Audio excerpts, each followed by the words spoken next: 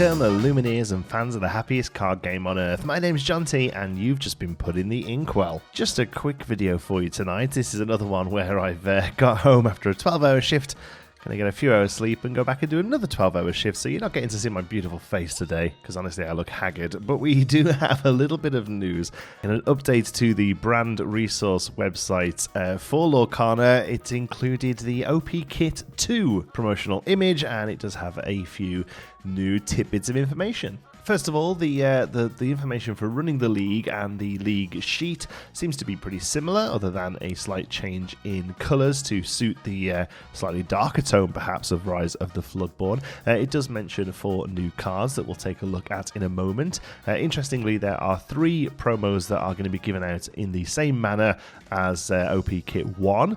Those are Minnie Mouse Wide-Eyed Diver, Bucky Squirrel Squeak Tutor, and Robin Hood Capable Fighter. There is a 4th promo by the name of Cinderella Knight in Training that's given out when you sign up for the league, so this seems to be taking the place of the Tiny Tactician from the first set, but interestingly it does actually class as a promo, is promo stamped, and does have promo numbering, whereas the Tiny Tactician from OP1 didn't. There are also 2 pins that we'll take a look at in a moment, one of them being Winnie the Pooh Honey Wizard. I know a lot of people are going to be very happy that that's a pin, and also some new Rapunzel art from this. We know that the card is called Rapunzel Gifted Artist. So first of all, we have this little tent card here showing Brave Little Tailor art from Nick Cole. I'm pretty sure this is just going to be a little bit of advertising promo that can be placed down in stores. I don't know whether we're going to get multiples of these for each table or just one for the store counter or something like that.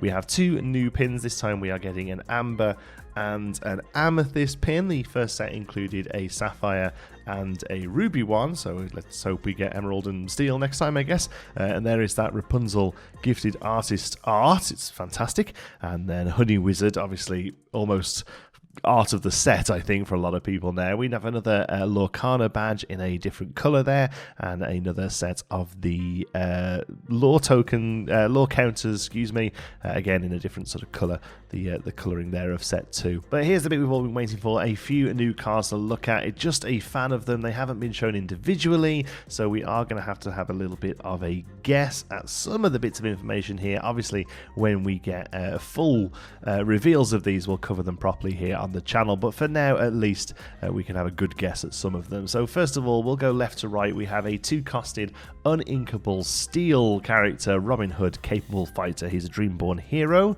and he has the ability Skirmish. You can exert him to deal 1 damage to a character. We can't quite see, unfortunately, what kind of character that is. We're gonna have a little punt that it's opposing character, but it could be even something else. It could be a readied character, it could be exerted character, it could even be Floodborn character. We will take a look at a moment at another card that actually uses one of the classifications in the text, which is a new thing, but I'm gonna put my money on opposing character, and it's just a ping, very similar to Hans, or a little bit like Big Tink, but just on a single body. I'm gonna guess this is a 1/1 for 1, honestly, because being able to just pick a damage onto something is actually pretty strong, so I can't see it coming on a huge body just for a 2 cost. It is uninkable though, so maybe it's a 2/1 or a 1/2 or something like that, but still, interesting card, an interesting design space, and pretty incredible art there, I think, as well. Next up we have a 4-costed inkable ruby character, Floodborn character, Minnie Mouse Wide-Eyed Diver.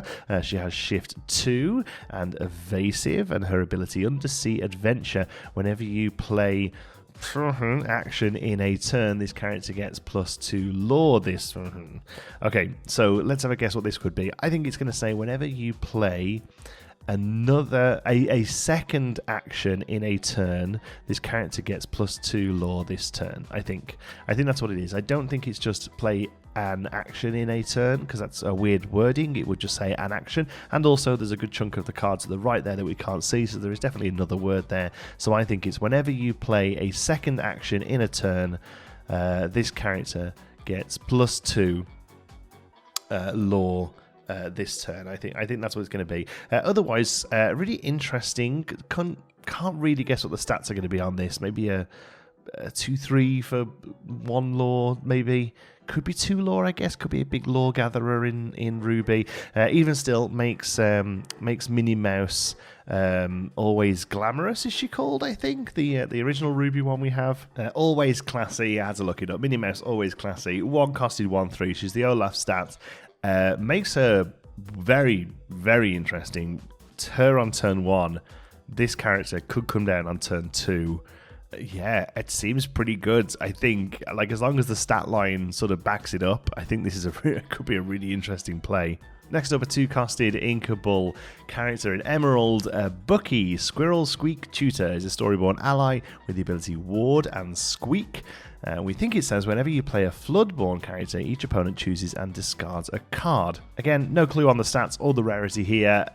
Doing exactly what Emerald wants to do. Hand disruption, it seems to be very common, especially in set 2 alongside the bell that makes them discard their whole hand. But what's interesting here is it's looking at Floodborns being played. That is the first time we've seen Storyborn, Dreamborn or Floodborn be mentioned in card text. So really interesting, very happy to see it. I really hope that the classifications end up being a real key part of the game. I really enjoy building around classifications. I'm a big sort of fan of typal builds, and I think a Floodborn matters deck is going to be fantastic, and an Emerald card that matters about Floodborns after seeing already that incredible Floodborn Bell that I think is going to see a lot of play.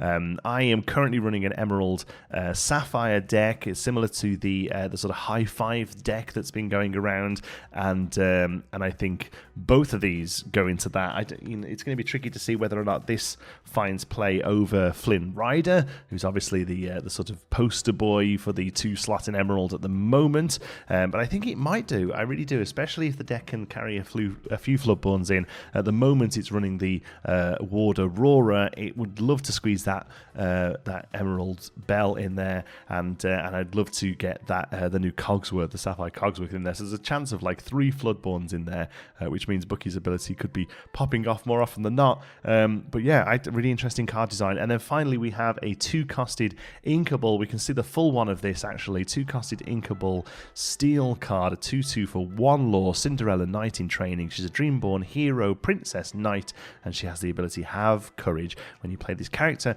you may draw a card and then choose and discard a card. There's a few really interesting things about this card. First of all, I mean, it's obviously a clear shift target for Cinderella Stouthearted that got a lot of the press last week. What I think is really interesting about this is I think this is the first time we've seen like such a clear shift target.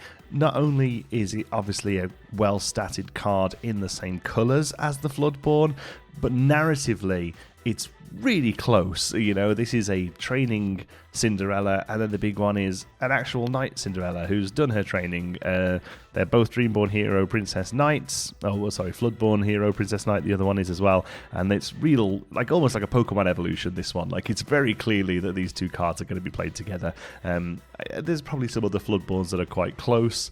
I guess the Genie Floodborn is relatively close to all the other Genies, but this is the first one I've seen where it's very clear that Cinderella Knight in training exists purely to get Cinderella Stouthearted on top of.